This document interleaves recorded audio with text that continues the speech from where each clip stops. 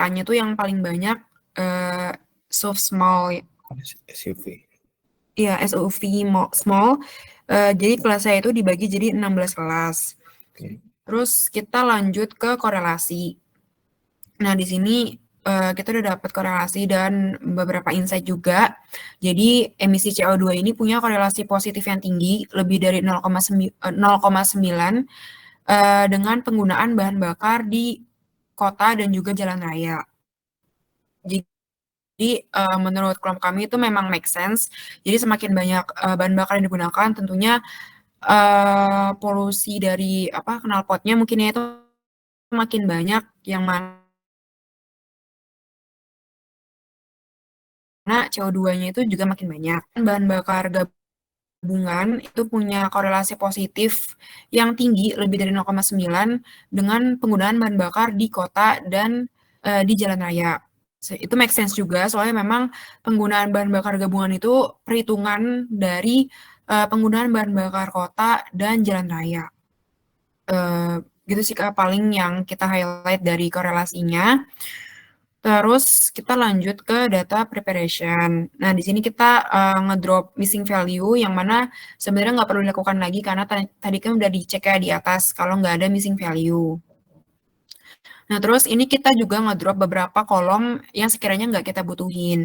Jadi bisnis kita itu kan berfokus pada melakukan clustering ya Kak, terhadap merek, model, dan juga kelas kendaraan yang ada gitu ya. Terus kita clusteringin emisi CO2-nya untuk melihat kira-kira mobil apa saja gitu yang punya gas emisi CO2 yang rendah, yang bisa jadi insight untuk perusahaan taksi online ramah lingkungan. Jadi kita cuma ngambil 4 kolom di sini. Nah, terus kelompok kami tuh langsung iseng aja nyoba-nyoba clusteringin. Pertama ini kita pakai metode elbow dulu untuk cari kira-kira jumlah klasternya tuh berapa. Nah, terus dari grafik ini kan kira-kira mungkin bisa di klaster 3 atau di klaster 4 ya Kak. Ya, betul. Klaster 3 atau enggak klaster 4. Terus kita coba klaster 3 dulu. Pakai K-means dulu coba-coba. Nah, tapi ternyata hasilnya tuh kayak gini Kak. Nah, dari kelompok kami sendiri tuh agak bingung ya nentuinnya jadinya kalau hasilnya tuh seperti ini. Terus kita mikir juga apa mungkin karena variabel yang kita gunain tuh salah satunya string gitu Kak, nggak yang numerik. Atau gimana ya Kak kira-kira? Iya sih. X-nya apa itu? Maaf. Sumber X-nya. CO2 emission ya. CO2 emisi sama ini make-nya atau merek mobilnya. Oh, oke. Coba nanti K-means-nya bukan sama merek mobil, tapi berguna nggak ya? Oke. Sama yang mana ya Kak? Sama misalnya SUV apa compact misalnya. Oh, sama yang Iya. vehicle class ini ya? Iya. Atau bentar. Apa harus kita labelin dulu ya Kak? Kayak merek mobil itu harus kita labelin dulu kah? Jadi numerik gitu? Enggak sih, sama aja sih nanti. Setahu saya. Tapi boleh itu nanti boleh dicoba. Cuman mestinya kayaknya nggak ada bedanya sih.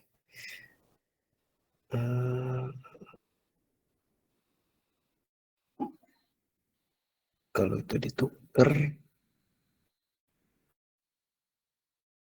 Oh ini udah Kak ternyata pakai vehicle class kayak gini.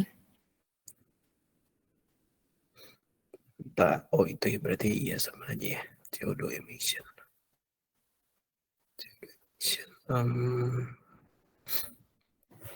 Kalau sumbu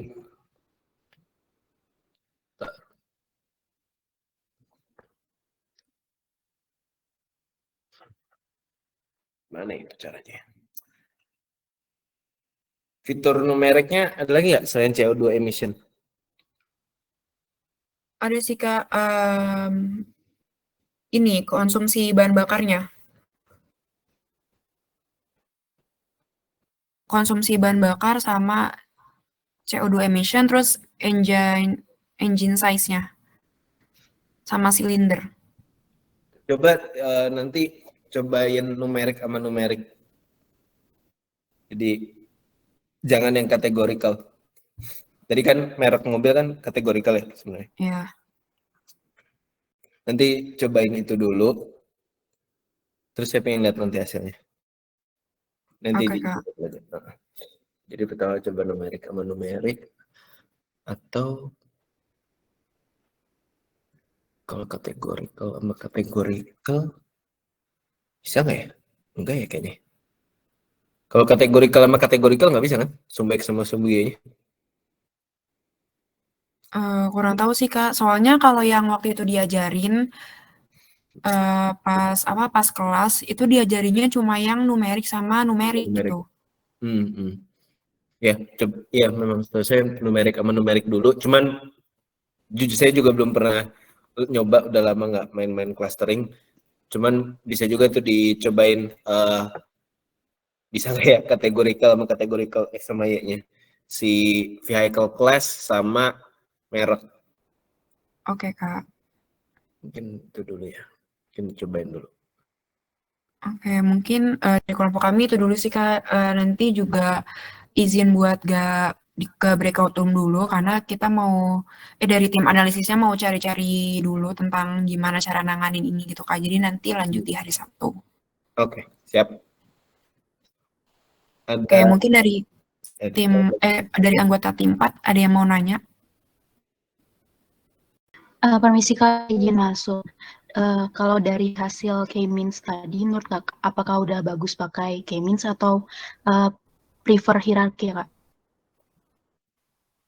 kalau hierarkical, jadi teman-teman hierarkical tuh bisa juga. Jadi teman-teman tuh nanti cari mobil yang emisinya paling parah dulu, CO2 emisinya paling parah gitu. Jadi nanti teman-teman bakal dapat kalau pakai hierarchical clustering, mobil merek apa sih yang paling dekat sama dia.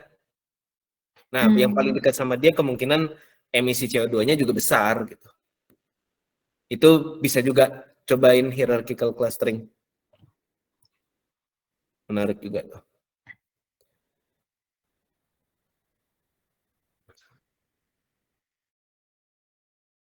Oke Kak, nanti mungkin dari kelompok kami juga mau cobain semua metode dulu Ya. Buat lihat gitu ya. Itu nanti make sense. Jadi cuman kalau hierarchical clustering kan nanti dia bentukannya kayak si decision tree gitu ya. Nah, teman-teman perlu lihat mana nih yang mau teman-teman jadiin patokan gitu. Nah, untuk nyari yang mau teman-teman jadiin patokan itu bisa pakai data analisis biasa gitu. Jadi data analisisnya kayak mana sih yang paling tinggi CO2 emissionnya gitu.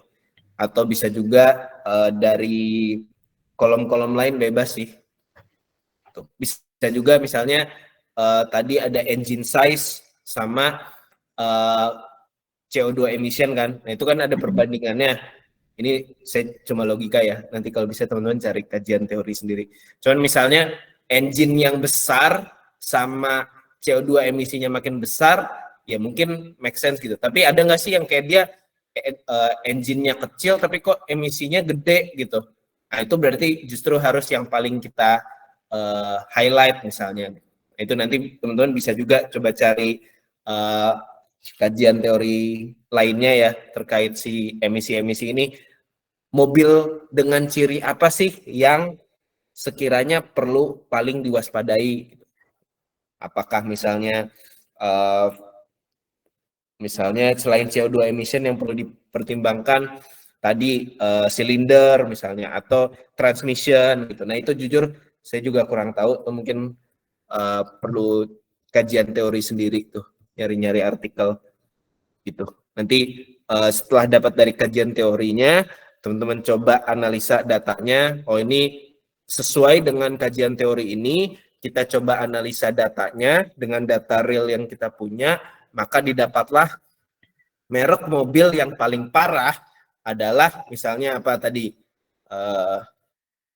Toyota misalnya ya, saya ngarang. Misalnya Toyota, Toyota nih mana dari hierarchical clustering yang paling dekat sama Toyota. Itu bisa kayak gitu. Oke Kak, makasih sarannya. Ya. Mungkin dari anggota lain ada yang mau nanya lagi nggak?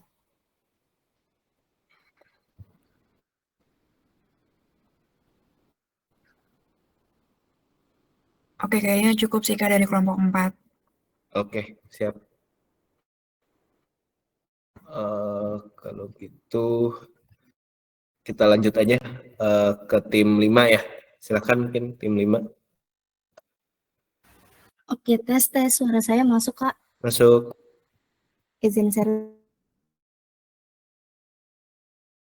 Ya, screen ya Kak. Sebenarnya dari kelompok 5 ya, dari kelompok 5 itu tuh belum ada progres yang signifikan sih Kak. Cuman kemarin kan sempat mau cari materi tentang ini ya Kak. Jadi di sini bentar. Nah, jadi di sini kan kita di objektif yang ketiga tuh aslinya kita bikin mengetahui jenis pupuk bersubsidi yang paling ramah lingkungan. Nah, terus kemarin kan udah sempat ada tugas, saya ngasih task ke member tuh untuk cari materi jenis pupuk yang tidak ramah lingkungan, termasuk saya sendiri kan.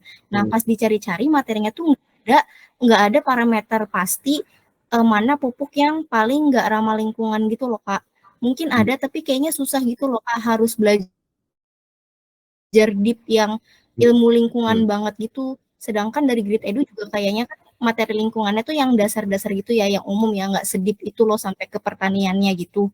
Nah, terus jadinya kemarin tuh sempat diskusi, jadi kemarin tuh teman-teman itu udah pada ngumpulin materinya, tapi materinya tuh lebih ke dampak negatif sama dampak positifnya, bukan jadi kayak dampak negatif sama dampak positifnya tuh kayak beda-beda gitu loh Kak. Jadi menurut saya tuh agak nggak bisa gimana ya, abstrak gitu loh, nggak bisa benar-benar dibandingin mana yang paling nggak ramah lingkungan, mana yang paling ramah lingkungan.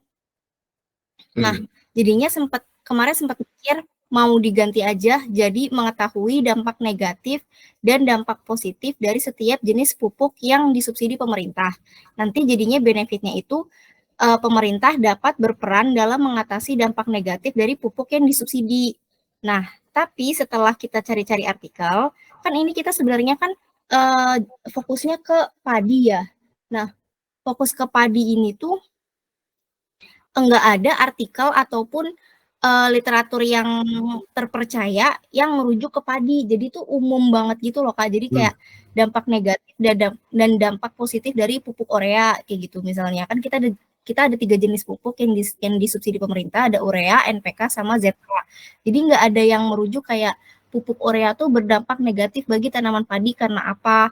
Kayak gitu-gitunya tuh nggak ada Kak. Jadi kita sempat ada pikiran juga mau dihapus aja nih objektif yang ketiga sama benefit yang ketiga. Nah, menurut Kak Zaki, baiknya dihapus atau diganti jadi ini, atau mungkin Kak Zaki ada saran Kak supaya lebih masuk ke poin lingkungannya lagi? Oke. Kalau misalnya mau objektifnya dihapus, no worries, boleh aja. Palingan saya izin share screen sedikit ya. Jadi ini kalau misalnya teman-teman punya apa ya, semacam artikel kualitatif gitu, jadinya sulit ngebandingin. Saya udah pernah share belum ya? Saya udah pernah ngajarin DAR belum? Decision Analysis apa satu lagi? Report ya, lupa saya. Saya share dikit ya. Jadi in case aja sih, saya juga belum baca detail artikel yang teman-teman kumpulin kayak gimana. Cuman ada metode sebenarnya untuk teman-teman tuh ibaratnya menganalisa yang kualitatif itu teman-teman bisa bikin kuantitatifnya gitu. Ini screen saya udah kelihatan belum? Udah Kak, udah kelihatan. Ya. Jadi Gini, ini ceritanya misalnya saya lagi mau kayak mau mendesain kira-kira saya mau mempropos project management tools apa gitu. Nah ini berarti teman-teman kalau misalnya teman-teman punya, teman-teman bisa mau memilih mana sih yang pupuk yang paling parah ibaratnya gitu. Nah di sini propose solutionnya ini berarti jenis-jenis pupuk isinya. Ini remarks-nya, mungkin catatan-catatan kecil yang udah teman-teman kumpulin. Nanti dari artikel-artikel yang sekiranya mungkin tadi masih scatter, coba teman-teman rangkum kalau bisa ya. Ini kalau bisa aja. Kalau nggak bisa nggak apa-apa. Kalaupun nggak bisa ya ini at least jadi harapannya insight baru buat teman-teman. Ketika one day teman-teman harus mendesain sesuatu, buatlah report semacam seperti ini gitu. Jadi buatlah kayak ini critical atau kriteria. Nah ini misalnya kalau project management tool saya bisa melakukan analisis performance gitu. Terus di sini saya kasih consideration-nya makin sering dipakai makin baik gitu. Tapi bobotnya kecil misalnya gitu. Terus di sini misalnya feature engineering, pokoknya ini berbagai kriteria lah ya. Mungkin kalau pupuk misalnya saya nggak tahu ada atau enggak, cuman misalnya pupuk tuh kriteria utama kandungan suatu zatnya tinggi misalnya. Nah itu bobotnya misalnya besar karena zat itu yang paling merusak lingkungan misalnya kalau ada. Terus misalnya ini kandungan yang lain, bukan kandungan yang lain, seberapa mudah ditemui misalnya. Nah itu bobotnya berapa. Nah ini penjelasannya aja. Penjelasan kenapa teman-teman kasih bobot sekian gitu. Terus misalnya cost, harga, semakin murah semakin bagus gitu ya. Nah ini bobotnya paling tinggi misalnya. Nah itu nanti teman-teman jajarin aja kayak gini gitu. Jajarin kayak gini, nanti ini kualitatif semuanya. Kualitatif semua, skornya teman-teman isi aja dari skala 4 lah biasanya, biar jadi kayak IP ya misalnya. Nah nanti dapat nih, di sini udah ada rumus-rumusnya, didapatlah berarti paling tinggi itu waktu itu misalnya Trello, terus Asana, terus Wurike, Jira gitu. Ini misalnya aja saya udah lupa isinya waktu itu kenapa kayak gitu. Nah itu nanti ini pun udah teman-teman udah gampang kan ngisi rankingnya. Oh ini skornya paling tinggi, ya udah ini yang paling bagus gitu. Nah itu contoh ini ya, contoh decision analysis report gitu. Nah ini kalau misalnya teman-teman merasa oh bisa nih Kak, berarti dari artikel yang scatter tadi kita bisa kumpulin summarize jadi kayak gini misalnya. Nah itu akan membantu teman-teman untuk memilih. Gitu. Tapi kalau misalnya nggak bisa nih Kak, kita nggak satu artikel ngebahas kriterianya ABC, artikel kedua ngebahas kriterianya DEF, itu nggak bisa disatuin sama sekali. Ya udah nggak apa-apa, ini cuma jadi insight aja buat teman-teman. Ya, gitu sih mungkin. Cukup kebayang nggak tapi dengan demo sekilas kayak gini? Iya Kak, kebayang. Nah, itu kalau misalnya ini ya, kalau misalnya perlu nanti boleh hubungi saya, nanti saya kirim. Mungkin berarti kalau dari saya pribadi kan maksudnya kan di sini kan ada 2 objektif lain yang bisa dicapai ya Kak. Mungkin bisa fokus ke situ dulu kali ya. Boleh. Nanti kalau misalnya ternyata masih ada spend waktu, baru fokus ke yang objektif ketiga gitu kali ya. Ya, setuju. Boleh. Oh ya, mungkin dari kelompok 5 segitu dulu, atau teman-teman ada yang mau tanya ke Kak Zaki atau konsul ke Kak Zaki? Tadi Pak kalimat Kak Novi jadi mengingatkan saya, kayaknya ini perlu di highlight juga sih. Jadi saya setuju kata-kata Kak Novi tadi. Kalau misalnya teman-teman punya kebayang ada 5 objektif gitu ya di kepala teman-teman dan teman-teman itu kira-kira nih Kak yang achieve nih kayaknya objektifnya cuma objektif 1 sama 2, objektif 3, 4 dan 5 nih nggak mungkin nih misalnya gitu. Silahkan fokus ke objektif 1 dan 2 dulu. Di sini saya kayaknya akan lebih bagus teman-teman tuh betul udah achieve sesuatu dulu, baru ketika ada waktu tambahan teman-teman kembangkan gitu. Ini sesuai juga dengan product management gitu ya. Product management, di product management tuh teman-teman akan kenal istilahnya MVP atau minimum viable product.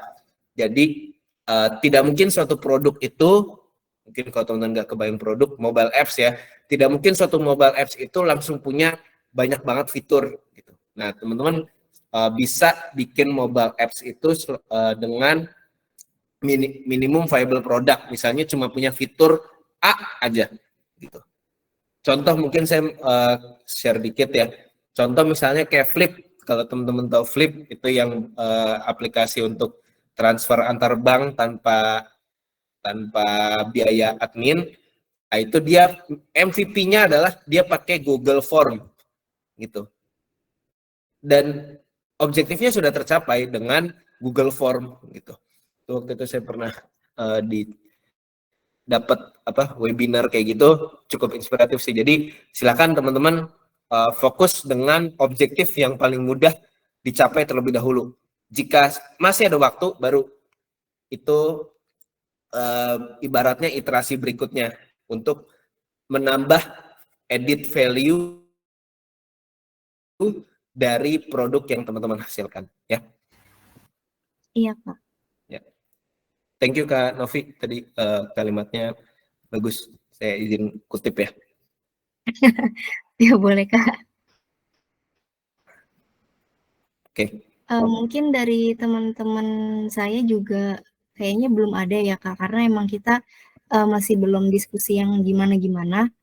Kemarin emang fokus ke pupuk, tapi ternyata pas need kelompok mentok gitu. Jadinya makanya tadi saya bilang kayaknya mau fokus ke benefit yang lain aja, karena daripada wasting time, kemarin aja udah wasting time gitu kan di pupuk yang tadi gitu. Oke. Ya. Jadi mungkin sekian dari kelompok 5. Saya kembalikan ke Kak Zaki. Oke, sebentar saya absen dulu. Kali dia ada, Mas Imam ada. Oh iya Kak. Bunda ada. Ya, gimana? Itu yang di Google Classroom yang sebelum pertemuan sebelumnya, mentor yang sebelumnya saya lupa isi, baru isi tadi, aman kan ya? Jadinya itu telat. Aman sih mesti. Iya. Saya agak nggak ngerti sih di Google Classroom teman-teman absen, padahal saya juga absen itu mentornya. Kayak nggak ada faedahnya sih sebenarnya. Oh iya udah, oke Kak. Udah saya absen sih dari kemarin. Saya tahu siapa aja yang datang tepat waktu, siapa yang datang full, tuh saya catat semua. Ya oke Kak. Oke, tim 5 full ya, full tim ya. Oke, ada yang sekiranya perlu breakout room untuk discuss ngopi-ngopi cantik gitu. Kayaknya kelompok 5 belum ada sih, belum butuh sih Kak, karena kan udah ada task juga yang deadline-nya juga udah ada. Ya, oke, sip. Oke, thank you. Overall saya udah senang dengan semuanya, progres semuanya udah semakin terstruktur, semuanya udah ada Google Form, jadi saya juga bisa kebayang teman-teman tuh progresnya sampai mana sih gitu, dan saya jadi tahu aman atau enggaknya, dan so far sih saya lihat semuanya masih aman. Jadi teman-teman masih punya waktu sekitar 3 minggu ya, jadi silakan pertimbangkan. Tim lead jangan lupa terus bikin checkpoint gitu ya. Nanti kalau misalnya ada pertanyaan jangan lupa untuk tanya saya. Ya. Mungkin terakhir ada yang mau bertanya di luar mentoring final project, mungkin terkait sertifikasi lagi BNSP, ada yang masih mau bertanya atau apapun misalnya. Mau tanya, Kak saya mau interview minggu depan misalnya, mau interview kerja, boleh. Mau diskusi-diskusi di luar itu juga boleh ya. Adakah? Akhir mungkin? Dari saya belum sih, Kak. Oke. Yang lain juga aman? Oke. Ya, siap. Oke, kalau gitu mungkin mohon maaf ya sekali lagi tadi agak terlambat mulainya. Tapi tetap teman-teman selalu berhak bertanya. Kalau misalnya saya sampai ke skip, langsung diingetin aja ya, di chat ulang aja. Takutnya tenggelam sama chat lain. Oke, mungkin saya izin akhiri. Terima kasih semua atas kehadirannya. Semoga bermanfaat. Wabillahi taufiq wal hidayah. Assalamualaikum warahmatullahi wabarakatuh. Waalaikumsalam warahmatullahi wabarakatuh. Makasih, Kak. Ya, thank Makasih, you. Kak. Terima kasih, Kak.